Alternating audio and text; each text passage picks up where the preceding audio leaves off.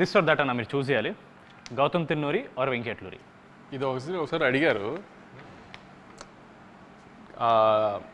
వెంకీతో professional relationship కన్నా personal relationship చాలా ఎక్కువ. సరే సినిమాలు జరుగుతూ ఉంటే అది ప్రొఫెషనల్గా ఆ రిలేషన్ వేరు. గౌతమ్ ఏంటంటే అంత పర్సనల్ లైఫ్లోకి తను అంత ఉండదు, తను అంత ఈజీగా ఎవరిని అలా తన లైఫ్ తను చాలా క్లోజ్డ్ డోర్స్లో ఉంటాడు. సో ఆ ప్రొఫెషనల్ రిలేషన్ చాలా ఎక్కువ. అంటే గౌతమ్ ఎలాంటి అంటే అసలు ఇక ప్రపంచం తలగిందులైనా మనం ఏదైనా చెప్తే విండు, అలాంటిది ఎంతో కొంచెం మేము ఏదైనా అడిగితే వింటాడు. అంతవరకు గౌతమ్ రెస్పెక్ట్ ఇస్తాడు. ఇప్పుడు సితారా 50th ప్రొడక్షన్ చేస్తుంది. 50th అనుకోవాలి చేస్తుంది అనుకోండి. You have to choose only one hero, NTR గారా పవన్ కళ్యాణ్ గారా? ఇంకా కళ్యాణ్ గారు నెక్స్ట్ పెద్ద పొజిషన్స్కి పాలిటిక్స్లో వెళ్ళాలని కోరుకోవాలి, కానీ మనం ఆయనతో సినిమా చేయాలని కోరుకోకూడదు. ఆయన మనకి రాష్ట్రానికి ఏం చేస్తారు, నెక్స్ట్ దేశానికి ఏం చేస్తారని కోరుకోవాలి మనం. ఆయన ఆ పొజిషన్కి వెళ్ళిపోయారు కాబట్టి 50th సినిమా అంటూ సితారాలో మనం యాజ్ ఎర్లీ యాజ్ పాసిబుల్ జరిగితే అది ఎప్పుడైనా తారకన్నే అని కోరుకుంటాను. చాలా చాకచక్యంగా కవర్స్ మించి ఒక డ్రైవ్ కొట్టిన నాగవంశీ గారు చాలా బాగా ఎస్కేప్ అయ్యారు ఆన్సర్, సేఫ్ ఆన్సర్ చెప్పి. Tillu square or Mad square? Tillu square or Mad square? అసలు యాక్చువల్లీ ఈ రెండిట్లో ఏదైనా సెలెక్ట్ చేయడం కంటే నిన్న నేను కళ్యాణ్ కూర్చొని డిస్కషన్ చేస్తున్నాము, మీ ముగ్గురిని సిద్ధుని ఒక సినిమాలోకి ఎలా తీసుకురావాలని. అది టిల్లు క్యూబ్ చేద్దామా, మ్యాట్ 3 చేద్దామా ఏంటి అనేది డిస్కషన్లో ఉంది. అది సో ఈ రెండు కాదు, వస్తే అది Siddhu Jonnalagadda or Naveen Polishetty? Siddhu. Why not Naveen Polishetty? Siddhu is our boy, Naveen is our hero. There is a lot of difference.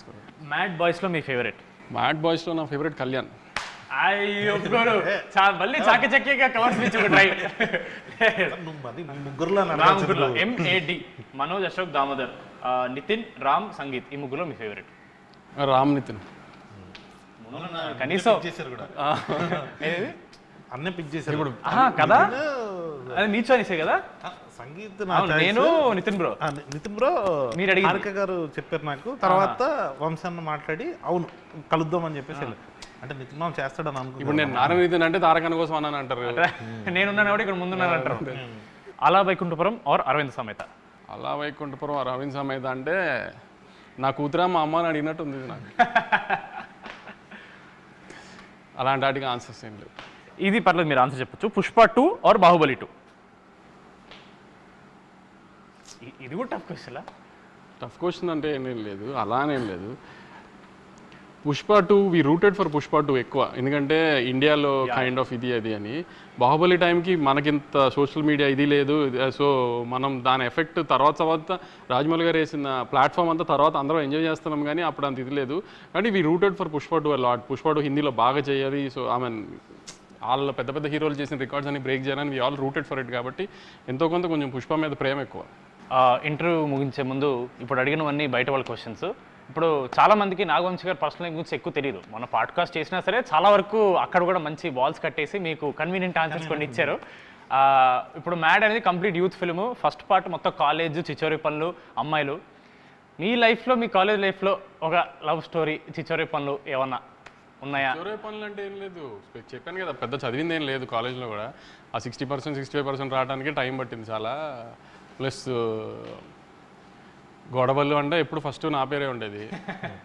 I mean out spoken అని ప్రిన్సిపల్ దగ్గరికి వెళ్ళాలన్నా ఏదైనా పర్మిషన్లకి అన్నిటికీ నన్నే వాడేవారు.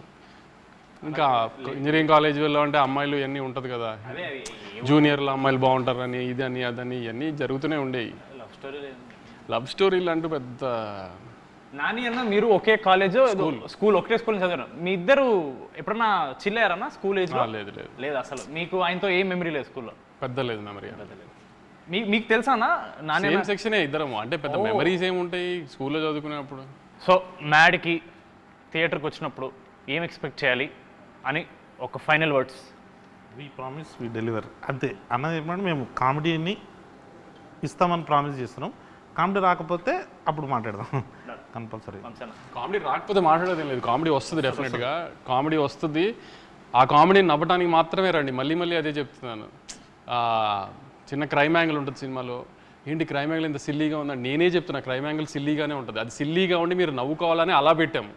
దానికి లాజికల్గా సీరియస్ టోన్లో పెట్టలేదు. ఇప్పుడు మనం ఏమి రక్త చరిత్ర లాంటి తీయట్లేదు క్రైమ్ యాంగిల్ సీరియస్గా పెట్టడానికి. సో మనం సిల్లీగా ఉండాలనే సిల్లీ క్రైమ్ యాంగిలే పెట్టాము. అది సిల్లీగా ఉంటుంది అని అంత సిల్లీగా ఉంది అంటారని కూడా నవ్వుకుంటారు కూడా.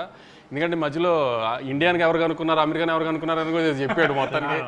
సో అలాంటివి కూడా, అలాంటి చిన్న చిన్న సిల్లీవి కూడా ఉన్నాయి. అవన్నీ చూసి నవ్వుకోండి అంతే, లాజిక్లు ఎతకండి. మీరు నవ్వించే గ్యారంటీ మాది. దయచేసి థియేటర్స్కి వచ్చి నవ్వుకోండి సమ్మర్లో. జనాలు ఎవరో నవ్వుకుంటారు. డెఫినెట్లీ రివ్యూస్లో ఎవరో ఒకరికి మన సినిమా నచ్చదు, వాళ్ళు ఏదో ట్వీట్ మన సినిమా బాగాలేదని ఏదో పెడతారు.